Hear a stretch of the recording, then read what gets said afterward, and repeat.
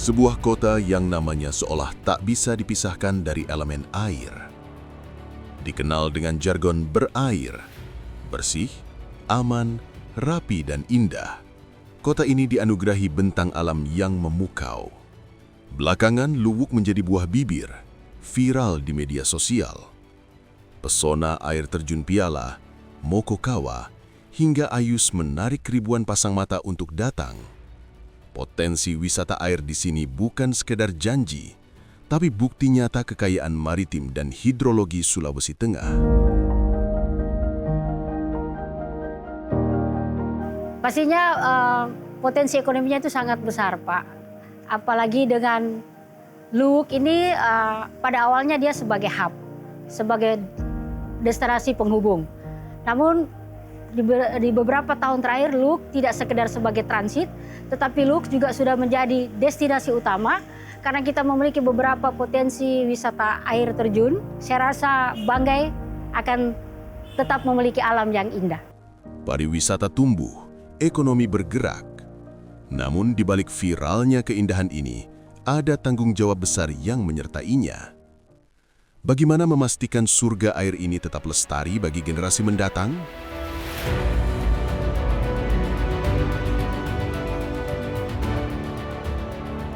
Jauh sebelum wisatawan datang, mata air adalah nadi kehidupan bagi warga Luwuk. Di kawasan Kilo 1, Teluk Lalong, hingga Mambual, air tanah keluar melimpah dari celah bebatuan. Bagi warga, ini adalah berkah yang tak pernah putus, bahkan saat kemarau panjang. Mata air Kilo 1 sudah cukup lama, kurang lebih ratusan tahun, tapi yang saya kenal sejak saya di sini kurang lebih 50 tahun. Selama ini tidak pernah kering mata air Kilo 1, tidak pernah keruh. Kualitas air ini sejauh ini sejak dulu dari orang masih pakai ini air untuk kebutuhan sehari-hari tidak pernah ada rasa yang berubah. Baik-baik saja sampai hari ini. Jadi sejak dulu pertama ini kan masih hutan rimba, masih ada pohon buah rau di sini. Jadi alhamdulillah tahun ke tahun airnya jadi bikin begini, jadi permandian ini air Mambual ini.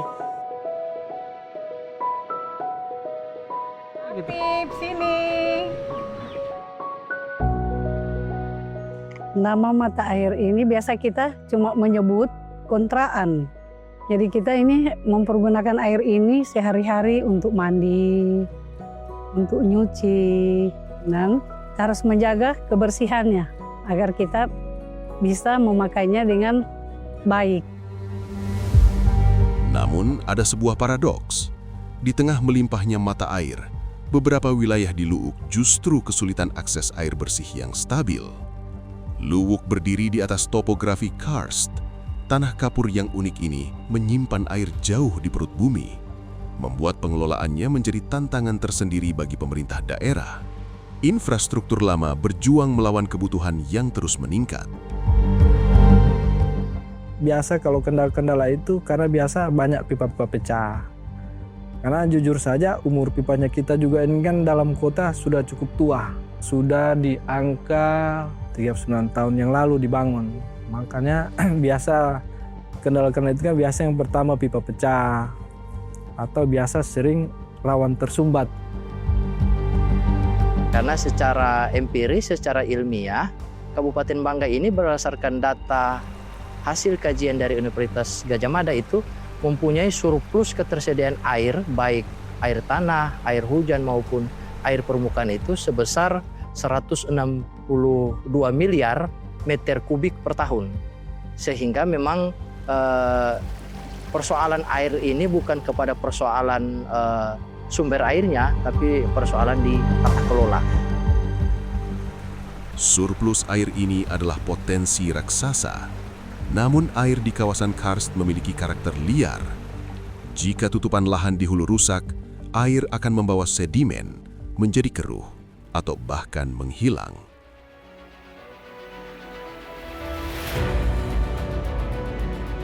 Untuk memahami dari mana air ini berasal, kami harus menuju ke jantungnya. Namun, sang ibu dari mata air Luwuk, kawasan Mokokawa dan Sangkolong, tidak menerima tamu dengan mudah.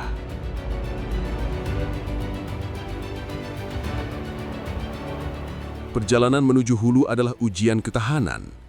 Medan tanah liat yang basah menjadi jebakan mematikan. Kendaraan 4x4 tim kami pun dipaksa menyerah, terbenam dalam kubangan lumpur di tengah rimba yang sunyi.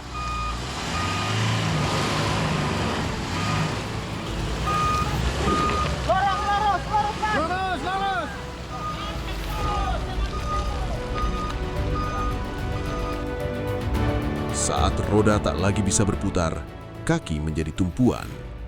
Menuju mata air Sangkolong, jalur setapak menanjak curam menuntut fisik yang prima. Kelembaban tinggi dan medan yang tak kenal ampun membuat otot menjerit. Salah satu anggota tim kami pun tumbang, kakinya kram, tak kuasa menahan beratnya medan. Oh, nggak bisa turun. Kasih turun, tunggu, kasih anu dulu. Kalau bahasa sininya bilang tikus-tikus, kram lah. Jadi lagi ditangani teman-teman. Tapi inilah harga sebuah kemurnian. Justru karena sulit dijangkau, mata air Sangkolong tetap terjaga.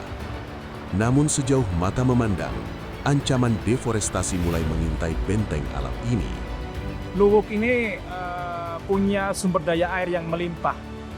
Meski tidak semuanya bisa memancar di kota ya, jadi justru di perbukitan kars semacam ini banyak sekali klaster-klaster air, mata air yang memancar yang digunakan untuk kehidupan di kota Luwuk. Jadi sumber air di Luwuk, masyarakat Luwuk ini sebagian besar dari mata air ini. Inilah air untuk kehidupan. Yang paling penting adalah bagaimana upaya kita tetap menjaga mata air ini tetap memancar, karena pancaran mata air menjadi simbol masa depan Luwuk. Ancaman nyata bukan hanya pipa tua, melainkan perubahan wajah hutan di hulu. Alih fungsi lahan mengancam daerah tangkapan air, catchment area. Jika atap Luwuk terbuka, mata air di bawahnya perlahan akan meredup. Karena kemarin kita lihat di gunung, hutan-hutannya itu mulai terkikis. Dan Luwuk ini kan punya potensi air besar di atas. Kemarin ada beberapa mata air kan yang ada di atas. Tapi ada masalah-masalah krusial yang sampai sekarang belum bisa diatasi oleh pemerintah maupun pihak-pihak terkait. Ya, kemarin kan di Mokokawa itu kan itu sumber air besar. Itu status kawasannya kemarin itu di 2015 kan statusnya itu masih hutan kawasan. Kemarin ada program TORA itu berubah. TORA itu kan kemarin Desa Tontoan itu dapat 35 hektar pembebasan. Di situ mau beli ruang, masyarakat bisa berkebun tidak terkontrol karena ini bukan lagi di dalam kawasan. Saya selaku orang konservasi yang ditempatkan di Resor Konservasi Sumber Daya Alam Wilayah Banggai ini, ya berharap bahwa Pukawa ini, kawasan tersebut bisa kita jaga dan kita lindungi sebagai lokasi rekreasi keindahan. Juga ini salah satu sumber mata air, ya sumber mata air. Kemudian kalau saya cek itu masuk di hutan lindung, Pak. Ya. Jadi masuk hutan lindung, tapi perlu juga kita konsultasi dengan teman-teman yang berada di kantor KPH, ya, Kesatuan Pengelolaan Hutan Melantang. Potensi tantangan kita di ketersediaan air ini, Pak, sesuai dengan isu, ada 5 isu di dokumen Rencana Perlindungan dan Pengelolaan Lingkungan Hidup kita, RPPLH. Antara lain terkait dengan fungsi alih lahan. Ini juga akan mengancam ketersediaan air bersih kita, ya kan? Harapannya kalau kami dari DLH, seluruh masyarakat lah, termasuk kita semuanya, untuk menjaga kelestarian lingkungan, Pak. Menyadari hal ini, pemerintah daerah melalui Bapeda dan dinas terkait sedang menyusun langkah strategis. Konsep Front Water City dan perlindungan tata ruang menjadi kunci. Kolaborasi adalah jalan satu-satunya. Ini terkait dengan langkah-langkah dari pemerintah daerah, dalam hal ini Bapeda. Ini kita melakukan yang namanya cross-cutting. Cross-cutting ini bukan hanya Bapeda yang melakukan, tetapi ini melibatkan dinas terkait yang menangani terkait dengan tata ruang. Nah, tata ruang ini berada di Dinas Pekerjaan Umum, sehingganya terkait dengan data-data dan apa yang dilakukan oleh bidang tata ruang ini tentunya kita bisa manfaatkan dan ini bisa disampaikan ke seluruh pemerintah kecamatan dan kelurahan agar mereka bisa tahu, oh wilayah ini untuk pembangunan misalnya perhotelan, wilayah ini warna ungu untuk perkantoran, ini untuk adanya resapan air dan sebagainya.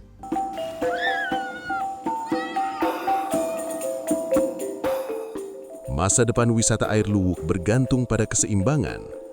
Pariwisata tidak boleh hanya mengejar jumlah kunjungan, tetapi juga kualitas lingkungan. Green tourism mulai didorong untuk mengedukasi pengunjung. Nah, pastinya kami dari pemerintah sendiri, kami juga concern untuk melihat sustainability development ini. Jadi kami terus terang untuk air terjun sendiri, Piala itu kami concern terhadap lingkungan. Jadi kami tetap menjaga sekali setiap pembangunan itu tetap berbasis lingkungan. Karena tentunya orang mau ke Luwuk ini, mau ke Banggai ini juga ke beberapa tempat yang viral di beberapa destinasi, bukan hanya Luwuk, seperti Paisupok atau yang ada di Banggai Laut, itu karena lingkungannya, karena alamnya. Mari kita sama-sama lestarikan di hulu maupun hilir ini kan. Yang pentingnya ini di gunung karena ini sumber airnya besar kan di atas. Ke depan ini 1-2 tahun kan perkembangan kota kita tidak tahu ini. Akan bergeser semuanya. Luwuk akan kekurangan air, bukan kehabisan akan kekurangan air. Karena sumbernya tidak kita jagakan sama-sama. Kita Iguana siap bekerja sama dengan pemerintah untuk melestarikan sumber mata air itu. Jangan kita mewariskan kepada anak cucu kita dengan air kemasan. Mudah-mudahan dari ekspedisi ini kami ingin mengkampanyekan dan mengingatkan kembali bukan hanya warga Kota Luwuk, tapi semua pihak agar bisa melihat air dengan lebih dimuliakan, dengan lebih jernih sebagai sumber utama kehidupan kita sekarang dan di masa depan. Air adalah identitas Luwuk. Menjaga wilayah tutupan di kawasan hulu bukan pilihan, melainkan keharusan. Agar jargon kota berair tidak sekedar sejarah, tapi warisan abadi yang terus mengalir jernih ke anak cucu. Dari Luwuk, Sulawesi Tengah, untuk National Geographic Indonesia.